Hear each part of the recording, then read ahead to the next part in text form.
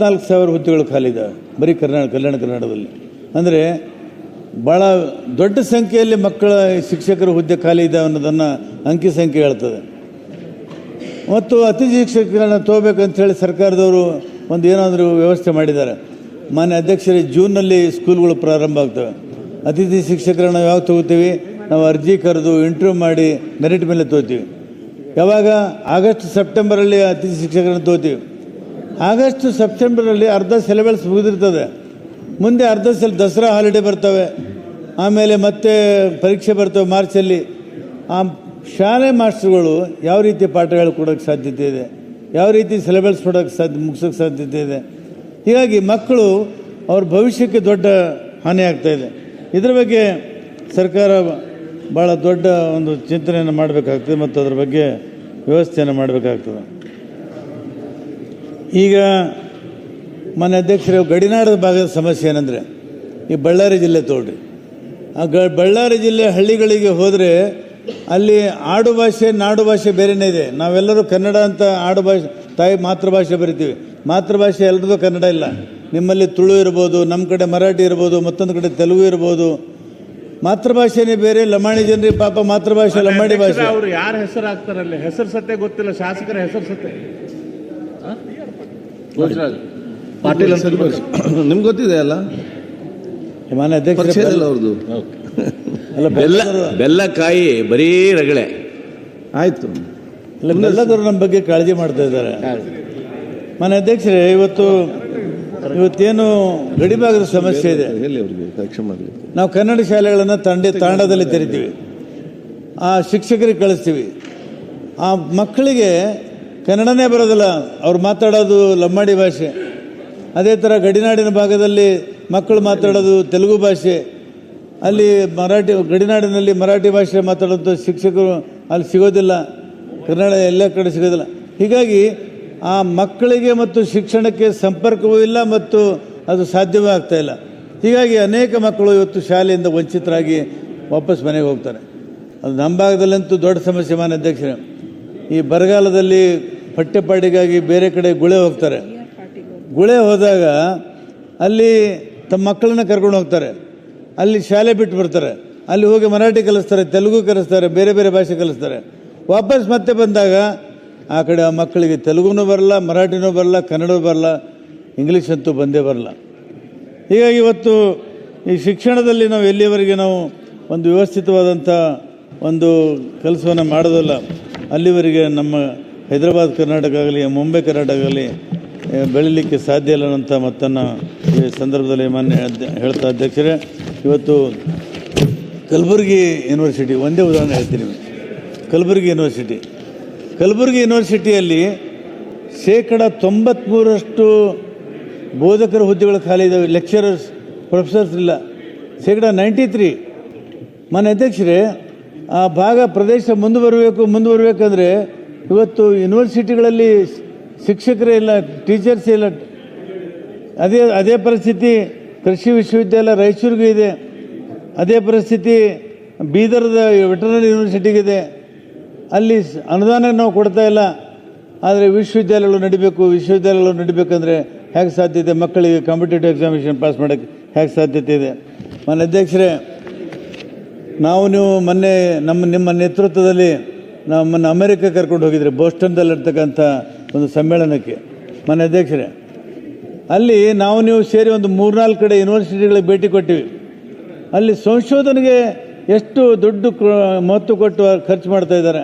ನಮ್ಮಲ್ಲಿ ಇವತ್ತು ಯೂನಿವರ್ಸಿಟಿಗಳಲ್ಲಿ ಪ್ರೊಫೆಸರೇ ಅಪಾಯಿಂಟ್ಮೆಂಟ್ ಮಾಡಿಲ್ಲ, ಟೀಚರ್ಸೇ ಇಲ್ಲ.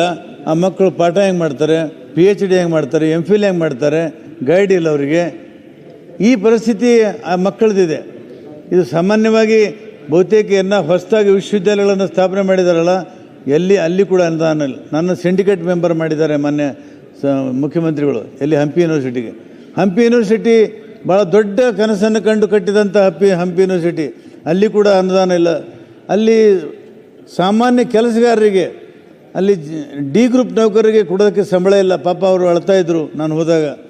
ಹೀಗಾಗಿ ಇವತ್ತು ಶಿಕ್ಷಣದ ಬಗ್ಗೆ ನಮ್ಮ ಸರ್ಕಾರ ಅತಿ ಹೆಚ್ಚು ಮಹತ್ವ ಕೊಡದೆ ಹೋಗಿದ್ದರೆ ಇವತ್ತು ನಮ್ಮ ಮಕ್ಕಳಿಗೆ ಭವಿಷ್ಯವನ್ನು ನಿರ್ಮಾಣ ಮಾಡೋಕ್ಕೆ ಸಾಧ್ಯವಾಗೋದಿಲ್ಲ. ಮಾನ್ಯ ಅಧ್ಯಕ್ಷರೇ, ಅದಕ್ಕೆ ಶಿಕ್ಷಣದ ಬಗ್ಗೆ ಹೆಚ್ಚು ಮಹತ್ವವನ್ನು ಕೊಡಬೇಕು ಅಂತ ನಾನು ಈ ಸಂದರ್ಭದಲ್ಲಿ ಹೇಳಲಿಕ್ಕೆ ಬಯಸ್ತಾ ಇದ್ದೇನೆ. ಅನ್ಯಾಯ ಅಂತೂ ಆಗಿದೆ, ಕಾರಣಾಂತರಗಳಿಂದ ಅನ್ಯಾಯ ಆಗಿದೆ. ಆದರೆ ಅನ್ಯಾಯನ ಸರಿಪಡಿಸಬೇಕಲ್ಲ ಮಾನ್ಯ ಅಧ್ಯಕ್ಷರೇ. ಇವತ್ತು KKRDBಲಿಂದ ನಮಗೆ ದುಡ್ಡು ಬರ್ತಾಯಿದೆ, ಶಾಲೆಗಳು ಕಟ್ಟಿಸ್ತಾ ಇದ್ದೀವಿ, ಅತಿಥಿ ಶಿಕ್ಷಕರನ್ನು ತೋತಾ ಇದ್ದೀವಿ. ಇದು ಟೆಂಪರರಿ ಅರೇಂಜ್ಮೆಂಟು. ಆದರೆ ನನ್ನ ಕ್ಷೇತ್ರದಲ್ಲಿ KKRDBಯಿಂದ 5 ಹೈಸ್ಕೂಲು 5 ಜೂನಿಯರ್ ಕಾಲೇಜುಗಳನ್ನು ನಾನು ತೊಗೊಂಡು 1 ವರ್ಷ ಆಯಿತು ಮಾನ್ಯ ಅಧ್ಯಕ್ಷರೇ. ಇವತ್ತಿನವರೆಗೂ ಶಿಕ್ಷಕರಿಲ್ಲ. ಮೊನ್ನೆ ಕಾಲಿಂಗ್ ಅಟೆನ್ಷನ್ ಆದಾಗ ಕಾರ್ಯದರ್ಶಿಗಳು, ಮಂತ್ರಿಗಳು, ನಮ್ಮ KKRDB ಅಧ್ಯಕ್ಷರು ಕಲಿತು ಚರ್ಚೆ ಮಾಡಿ ಏನೋ ಪರಿಹಾರ ಕಂಡುಹಿಡ್ತೀವಿ, ನಾವು ಸಮಸ್ಯೆ ಬಗೆಹರಿಸ್ತೀವಿ ಅನ್ನೋಂಥ ಮಾತನ್ನು ಹೇಳಿದ್ದಾರೆ. 6 ತಿಂಗಳಾಯಿತು ಶಿಕ್ಷಕರಿಲ್ಲ ಮಾನ್ಯ ಅಧ್ಯಕ್ಷರೇ. ಹೈಸ್ಕೂಲ್ಗಳು ಪ್ರಾರಂಭ ಮಾಡಿದ್ದೀವಿ. ಆದರೆ ಮಕ್ಕಳು ಪಾಪ 6 ತಿಂಗಳು ಅವ್ರು ಏನು ಮಾಡಬೇಕು? ತಂದೆ ತಾಯಿ ಆ ಶಾಲೆಯಿಂದ ಬಿಡಿಸ್ಕೊಂಡು ಬೇರೆ ಹೈಸ್ಕೂಲಿಗೆ ಅಡ್ಮಿಷನ್ ಮಾಡಿಸೋಕ್ಕೆ ತೊಗೊಂಡು ಹೊರಟಿದ್ದಾರೆ. ಇದು ಪರಿಸ್ಥಿತಿ ನಮ್ಮದು. ಹೀಗಾಗಿ ಇವತ್ತು ಏನಾದರೂ ಒಂದು ವ್ಯವಸ್ಥೆ ಮಾಡಿದರೆ ಅದಕ್ಕೆ ಶಾಶ್ವತವಾಗಿ ಮಾಡಬೇಕು. ಪ್ರಾರಂಭದಲ್ಲಿ 5 ಹೈಸ್ಕೂಲು 5 ಜೂನಿಯರ್ ಕಾಲೇಜುಗಳನ್ನು ನನ್ನ ಕ್ಷೇತ್ರದಲ್ಲಿ ಕೊಡುವಾಗ ಅದಕ್ಕೆ ಹಣಕಾಸು ಇಲಾಖೆಯವರು ತಾತ್ವಿಕವಾಗಿ ಒಪ್ಪಿಗೆಯನ್ನು ಕೊಟ್ಟಿದ್ದಾರೆ. ಈಗ ಹೇಳ್ತಾರೆ ಸ್ಯಾಂಕ್ಷನ್ ಪೋಸ್ಟ್ ಇಲ್ಲ, ಹಾಗಾಗಿ ಕೊಡೋಕ್ಕಾಗಲ್ಲ ಅಂತ ಹೇಳ್ತಾರೆ. ಅರೆ, ನೀವು ಒಂದು ಸಲ ತಾತ್ವಿಕವಾಗಿ ಒಪ್ಪಿಗೆ ಕೊಟ್ಟ ಮೇಲೆ ಹಣಕಾಸು ಇಲಾಖೆಯ ಜವಾಬ್ದಾರಿ ಆಗ್ತದೆ. ಅದನ್ನು ಅನುದಾನವನ್ನು ಯಾವ ರೀತಿ ಒದಗಿಸಬೇಕು, ಅದನ್ನು ಯಾವ ಥರ ಕೊಡಬೇಕು ಅನ್ನೋದನ್ನು ಲೆಕ್ಕ ಹಾಕಿ ನೀವು ಮಾಡಬೇಕಾಗ್ತದೆ. ಅದರ ಯೋಚನೆ ಮಾಡಿಲ್ಲ. ಇವತ್ತು ಹೈಸ್ಕೂಲು ತೆರೆದಿದ್ದೀವಿ, ಮಕ್ಕಳಿಗೆ ಶಿಕ್ಷಕರೇ ಇಲ್ಲ. ಜೂನಿಯರ್ ಕಾಲೇಜ್ ಶಿಕ್ಷಕರು ಕೊಟ್ಟಿದ್ದಾರೆ ನೋಡಿ ಮಾನ್ಯ ಅಧ್ಯಕ್ಷರೇ. ಸಚಿವಾಲಯ ಒಂದೇ, ಪ್ರಿನ್ಸಿಪಲ್ ಸೆಕ್ರೆಟರಿ ಒಂದೇ, ಪಾಲಿಸಿ ಒಂದೇ, KKRDB ದುಡ್ಡು ಒಂದೇ. PUCನಲ್ಲಿ ಸಂಬಳ ಮಾಡಿದ್ದಾರೆ, ಆದರೆ ಹೈಸ್ಕೂಲಲ್ಲಿ ಸಂಬಳ ಮಾಡಿಲ್ಲ. ಅಂದರೆ ಯಾವ ರೀತಿಯಾಗಿ ಇಲಾಖೆಯವರು ಕೆಲಸ ಮಾಡ್ತಾ ಇದ್ದಾರೆ? ಅಂದರೆ ನಿಮಗೆ ಬರ್ತದೆ, PUCನೂ ನಿಮಗೆ ಬರ್ತದೆ, ಹೈಸ್ಕೂಲು ನಿಮಗೆ ಬರ್ತದೆ. ತಾತ್ವಿಕವಾಗಿ ಒಪ್ಪಿಗೆ ಕೊಟ್ಟಿದ್ದೀರಿ. ಆದರೆ ಜೂನಿಯರ್ ಕಾಲೇಜ್ ಶಿಕ್ಷಕರನ್ನು ನೇಮಕಾತಿ ಮಾಡ್ಕೊಳ್ಳೋದಕ್ಕೆ ಅನುಮತಿ ಕೊಟ್ಟಿರಿ, ಹೈಸ್ಕೂಲ್ ಶಿಕ್ಷಕರನ್ನು ನೇಮಕಾತಿ ಮಾಡ್ಕೊಳ್ಳೋದಕ್ಕೆ ಅನುಮತಿ ಕೊಟ್ಟಿಲ್ಲ. ಅದು ಆ 5 ಜೂನಿಯರ್ ಕಾಲೇಜಿನ ಶಿಕ್ಷಕರಿಗೆ ಇವತ್ತು ಕೂಡ 1 ರೂಪಾಯಿ ಸಂಬಳ ಕೊಟ್ಟಿಲ್ಲ, ಇವತ್ತು ಕೂಡ. ಹೀಗಾಗಿ ಇವತ್ತು ಮಕ್ಕಳಿಗೆ ಭಾಳ ಅನ್ಯಾಯ ಆಗ್ತಾಯಿದೆ.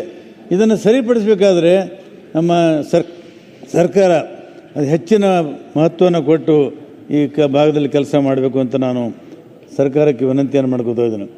ಮಾನ್ಯ ಅಧ್ಯಕ್ಷರೇ, ಆರೋಗ್ಯ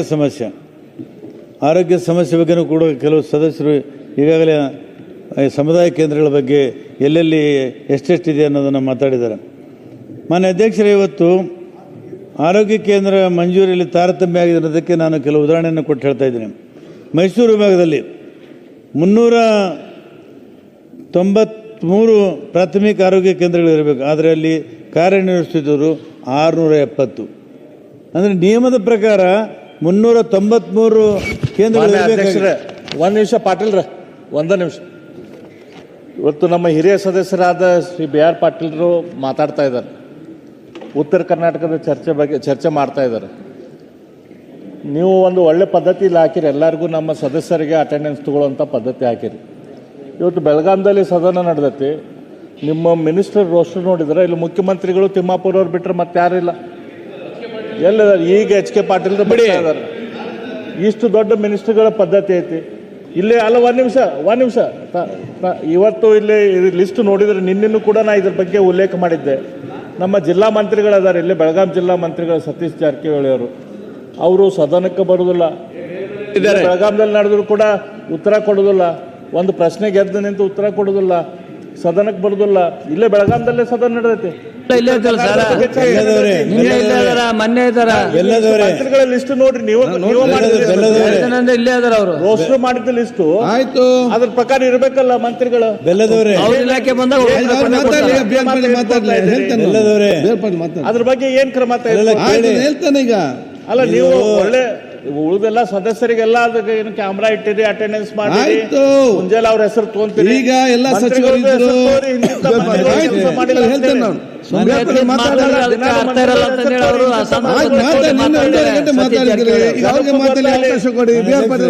ಮುಖ್ಯಮಂತ್ರಿಗಳು ಆಗ್ಬೇಕಂತಾರ ಇಲ್ಲಿ ಸದನದಾಗ.